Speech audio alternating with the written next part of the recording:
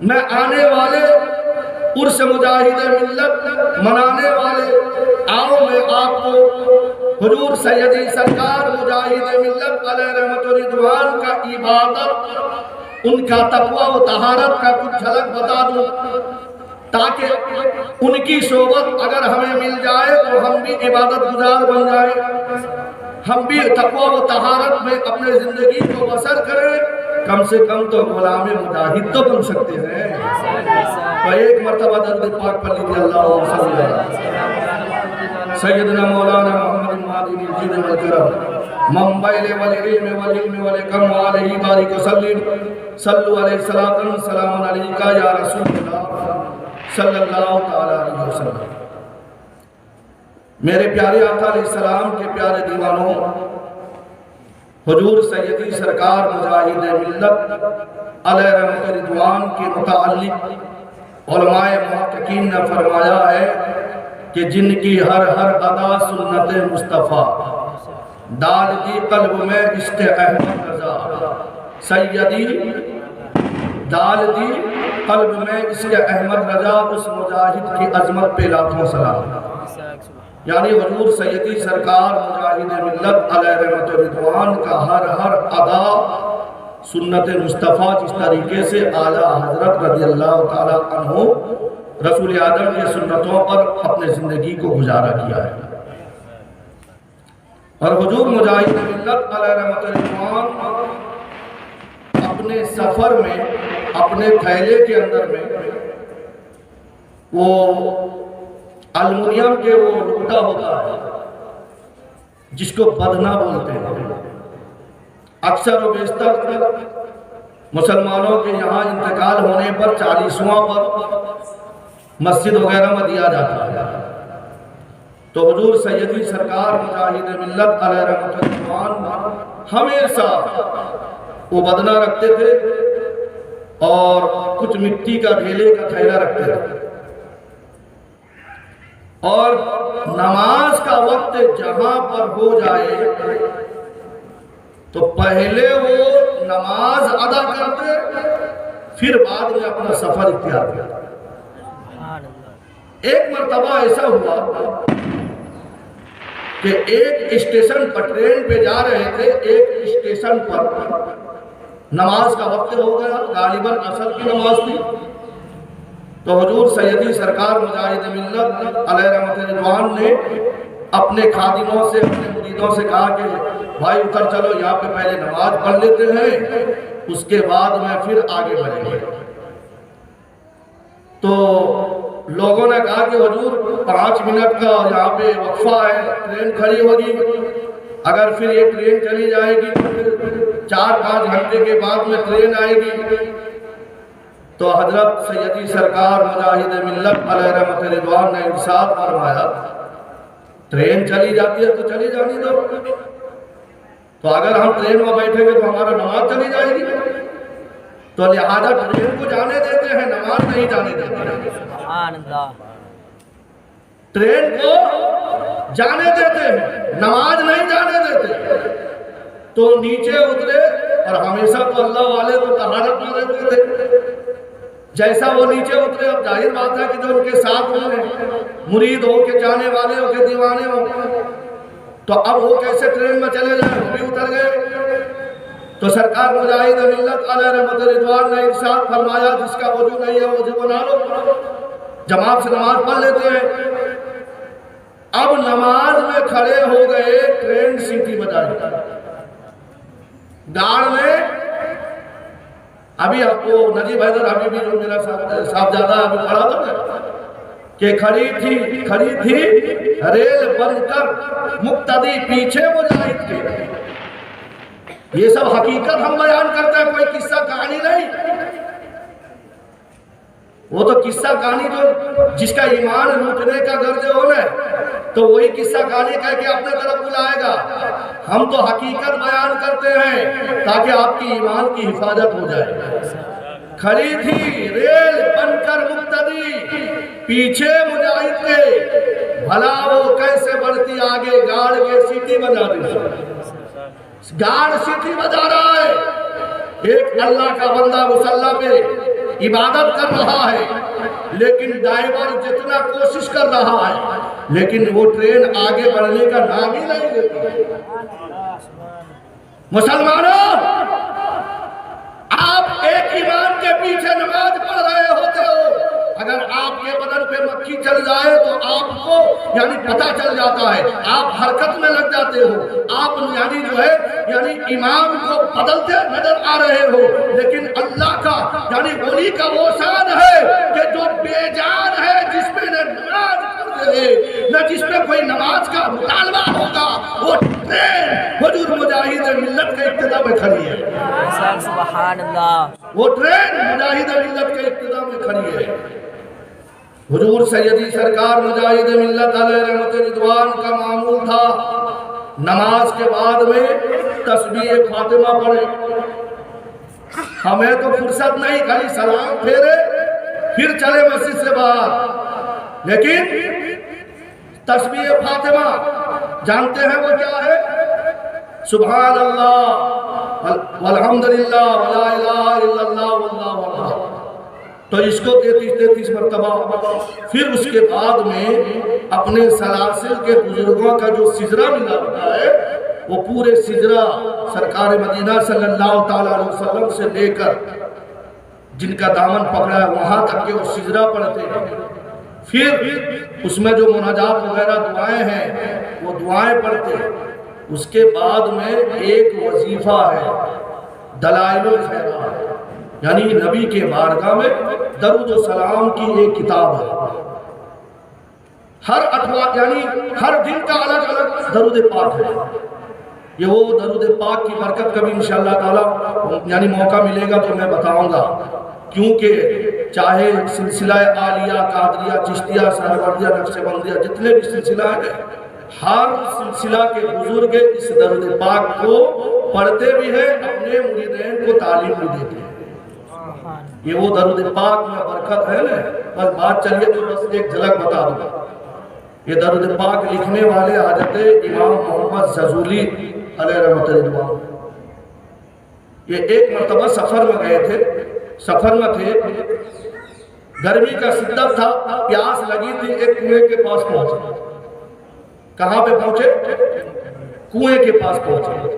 اب جب کنویں کے پاس میں پہنچے تو دیکھا کہ نہ رسی ہے نہ ڈول ہے، پانی پیے تو کیا پیے؟ تو قریب میں ایک مکان تھا، اس میں ایک کھڑکی سے ایک لڑکی چھوٹی سی 5 سال 8 سال یا 10 سال کی لڑکی وہ دیکھ رہی تھی۔ دیکھنے کے بعد میں اس نے سوچا کہ یہ بابا پریشان نظر آ رہے ہیں، تو وہ لڑکی آئی، کہا بابا کیا معاملہ ہے؟ نہ میں پیاس لگی ہے، پانی پینا چاہتا ہوں، نہ رسی ہے نہ ڈول ہے یہاں پہ، نہ پانی پینا چاہتا ہوں۔ ہاں، تو اتنا کہنا تھا تو لڑکی نے وہ کنویں میں اپنا لوار ڈالا، تھوک منہ سے نکالی، ڈال دیا۔ ایسا ہی جیسا تھوک اس نے ڈالی تو پانی ابل کر پورے کنویں کے اوپر آ گیا کہ جو کرنا ہے کرو، پانی پیو، وضو کرو، جو بھی کرنا ہے کرو۔ تو اتنے بڑے اللہ کے ولی حضرت امام محمد زغزولی علیہ رحمت رضوان تعجب میں پڑ گئے کہ میں اتنا بڑا اللہ کا برگزیدہ بندہ اپنے آپ کو شمار کرتا تھا، لیکن یہ چھوٹی سی بچی کو اللہ نے وہ طاقت دی ہے۔ تو حضرت امام محمد زغزولی علیہ رحمت رضوان نے اس بچی سے کہنے لگے، بیٹی یہ تمہارے زبان میں تاثیر کیسے، کون سا وظیفہ کرتی ہے، کون سا وظیفہ؟ تو اس بچی نے کہا کہ یہ وہ وظیفہ ہے کہ سب کو بتانے کی نہیں ہے، لیکن اگر آپ وعدہ کرتے ہو تو میں بتاؤں گی، لیکن تم کسی کو بتاؤ گے نہیں، تم کسی کو بتاؤ گے نہیں۔ تو انہوں نے وعدہ کیا، لیکن میں ظاہری بتاؤں گا نہیں، باطنی میں کتاب تو لکھ سکتا ہوں، سبحان اللہ، باطنی میں تو لکھ سکتا ہوں۔ تو اس بچی نے کہا کہ میں رسول اعظم صلی اللہ تعالیٰ علیہ وسلم کے بارگاہ میں فلاں درود پڑھتی ہوں۔ یہ درود کا برکت ہے کہ جو اللہ تعالیٰ نے کنویں کے نیچے پانی، تہ میں پانی ہے، لیکن درود کے برکت سے وہ اوپر آ گیا۔ تو پھر وہ امام محمد زدولی علیہ رحمۃ الرضوان نے پورے ایک کتاب دلائل الخیرات شریف جو پورے درود پاک اس میں لکھا ہے، اور اسی میں اس بچی نے جو درود پاک بتایا وہ درود پاک کو بھی لکھ دیے ہیں تاکہ جو اس کا ورد کرے دنیا میں بھی اس کو فائدہ پہنچے، آخرت میں بھی مالا مال ہو جائے۔ تو حضور سیدی سرکار مجاہد ملت علیہ رحمۃ الرضوان اب اس کو وہ درود پاک کو بھی پڑھتے ہیں۔ اب ٹرین کھڑی ہے، اب بڑے بڑے انجینئر آ گئے، بولے کہ ٹرین خراب ہو گئی ہے، انجن خراب ہو گیا ہے، یہ ہے وہ ہے۔ اس کے بعد میں جب اطمینان کے ساتھ میں حضور سیدی سرکار مجاہد ملت علیہ رحمۃ الرضوان اپنا مسلح لپیٹ کر تھیلے میں رکھے، کہا کہ چلو اب چلتے ہیں۔ جیسا ہی ٹرین میں بیٹھے تو پھر ڈرائیور نے جیسا ہی اسٹارٹ مارا تو گاڑی چلنے لگی۔ سبحان اللہ۔ تو میرے پیارے آقا علیہ السلام کے پیارے دیوانوں، پتہ کیا چلا؟ ولی ایسا ہی نہیں بن سکتے، کیونکہ اللہ تعالیٰ فرماتا ہے ان اولیاءہ الا المتقون۔ اللہ تعالیٰ فرماتا ہے کہ میں اسی کو اپنا دوست بناؤں گا، میں اسی کے سر پہ ولایت کا تاج پہناؤں گا کہ جو پرہیزگاری اختیار کرے گا، جس کے دل میں میرا ڈر ہو۔ یہ ایسے اللہ کے برگزیدہ بندے اللہ کے خوف سے لرزہ بر اندام ہونے والے تھے کہ انہوں نے ہر قدم پر شریعت مصطفیٰ کو اپنایا ہے، کبھی شریعت مصطفیٰ کا خلاف کام نہیں کیا ہے، بلکہ ان کی سیرت طیبہ کو دیکھ کر، ان کی عبادت کو دیکھ کر بڑے بڑے 40 دن کے چلہ میں جانے والے یہ سڑک چھاپ مولوی بھی میرے دادا پیر حضور مجاہد ملت کے قدموں میں گر کر سنی بنے۔ ہاں، اٹھا کر دیکھو تاریخ، اسی ہندوستان کے سرزمین پر ایک اسٹیشن ہے مغل سرائی اسٹیشن۔ مغل سرائی اسٹیشن دلی کے آس پاس میں، تو حضور مجاہد ملت علیہ رحمۃ الرضوان کا زندگی پورا دین کے لیے وقف تھا۔ رئیس اعظم اڑیسہ جو اسٹیٹ ہے، اس کے کئی ایسے گاؤں ان کے جاگیر، کئی ایسے گاؤں ان کے جاگیر میں، لیکن وہ یہی کہتے تھے کہ جو فقیری میں مزہ ہے بادشاہی میں نہیں، صرف وہ کہتے نہیں تھے، کر کے دکھلاتے رہے۔ تو محترم حضرات، اب حضور سیدی سرکار مجاہد ملت کسی تبلیغ دین کے گرد سے جانے والے تھے۔ مغل سرائی اسٹیشن پر جب آئے تو پتہ لگا کہ ٹرین لیٹ ہے، تو حضور سیدی سرکار مجاہد ملت تنے تنہا ہے، کوئی ساتھ میں ان کا کوئی خدمت گزار، کوئی خادم نہیں۔ اب انہوں نے مسلح بچھا دیا، جو ان کے پاس میں قیمتی تھیلی تھی وہ پیچھے رکھ دیا۔ ہم لوگ کہاں رکھتے ہیں؟ اگر کہیں ہم لوگ جا رہے ہیں یا نماز کا وقت ہو گیا یا کہیں بیٹھ کر آرام کرنے کا معاملہ ہے تو وہ تھیلی کو کہاں رکھتے ہیں؟ آگے رکھتے ہیں۔ لیکن حضور مجاہد ملت علیہ رحمۃ الرضوان جو ہے اپنا قیمتی تھیلا پیچھے رکھ کر مسلح بچھایا اور نماز میں کھڑے ہو گئے۔ دور میں ایک 40 دن کے چلے میں جانے والا ایک مولوی وہ بیٹھا تھا، کیونکہ چہرہ بتا رہا ہے آل رسول ہے، خوشبو بتا رہی ہے جنت کے پھول ہیں۔ سبحان اللہ۔ حضور سیدی سرکار مجاہد ملت کوئی ایسے ویسے گھرانے کے نہیں، وہ بھی آل نبی ہے، وہ بھی آل نبی ہے۔ تو چہرہ دیکھ کر وہ بدعقیدہ جو 40 دن کے چلے میں جانے والا، وہ بھی کسی ٹرین کے انتظار میں بیٹھا تھا، تو اس نے کہا کہ ارے معاملہ یہ ہے، یہ ایسے بزرگ ہیں جن کے چہرے سے نور چمک رہا ہے، اپنا قیمتی سامان پیچھے رکھ دیے اور نماز میں کھڑے ہو گئے۔ ایسا نہیں، مغل سرائی اسٹیشن ہے، یہاں پر جیب زیادہ کھٹکتے ہیں، چور اچکے بہت زیادہ ہیں، ایسا نہ ہو کہ ان کا تھیلا لے کے چلا جائے اور یہ بیچارے مطلب کہ جو ہے پریشان ہو جائے۔ اس نے کہا کہ جب تک میرا گاڑی نہیں آتی ہے تب تک کہ میں دیکھتا ہوں۔ کون لے کے جاتا ہے؟ سبحان اللہ، سبحان اللہ، بد عقیدہ ہے، لیکن ایک خوش عقیدہ مسلمان کے چہرے کو دیکھ کر ان کی چوکیداری کر رہا ہے، سبحان اللہ، ان کی سامان کی حفاظت کر رہا ہے۔ اب حضور سیدی سرکار مجاہد ملت جب وہاں یعنی کاؤنٹر میں پوچھ لیا تھا کہ 8-10 گھنٹہ گاڑی لیٹ ہے، تو اب مغرب کے نماز پڑھنے کے بعد میں مصلی بچھا کے 2 رکعت نماز پڑھی، سلام پھیرا، پھر کھڑے ہو گئے، 2 رکعت نماز پڑھی، سلام پھیرا، کھڑے ہو گئے۔ اس طریقے سے عشاء کا وقت ہو گیا، عشاء کی نماز پڑھنے کے بعد میں اسی طریقے سے ہر 2 رکعت پڑھتے رہے، وہ بیٹھ کر ان کا سامان کا حفاظت کرتا رہا۔ سبحان اللہ۔ اب اس کا جانے کا وقت ہو گیا، آدھی رات ہو گئی۔ اب اس نے کہا کہ یہ کیسے بزرگ ہے، اپنا سامان کا خیال نہیں، اب میں چلا جاؤں گا، ایسا نہ کہ کوئی چور چکا لے جائے۔ تو وہ موقع کی طاق میں تھا، جیسا ہی حضور سیدی سرکار مجاہد ملت نے 2 رکعت نماز پڑھ کے سلام پھیری، اب سلام پھیر کے فوراً نیت باندھنے والے تھے، او بابا رک جاؤ، کیا ہے؟ نہ بابا آپ کا نام کیا ہے، نہ مجھ فقیر کو حبیب الرحمان کہا جاتا۔ اتنا سننا تھا، چونک پڑا، کیونکہ وہ جانتا تھا کہ مولانا حبیب الرحمان یہ اہل سنت کا ایک بہت بڑے نگہبانی کرنے والے ہیں۔ بے شک۔ تو اب کہا کہ حضور آپ اپنے سامان کی خیال نہیں کر رہے ہو، کوئی چور اچکے آ کے لے جائیں گے۔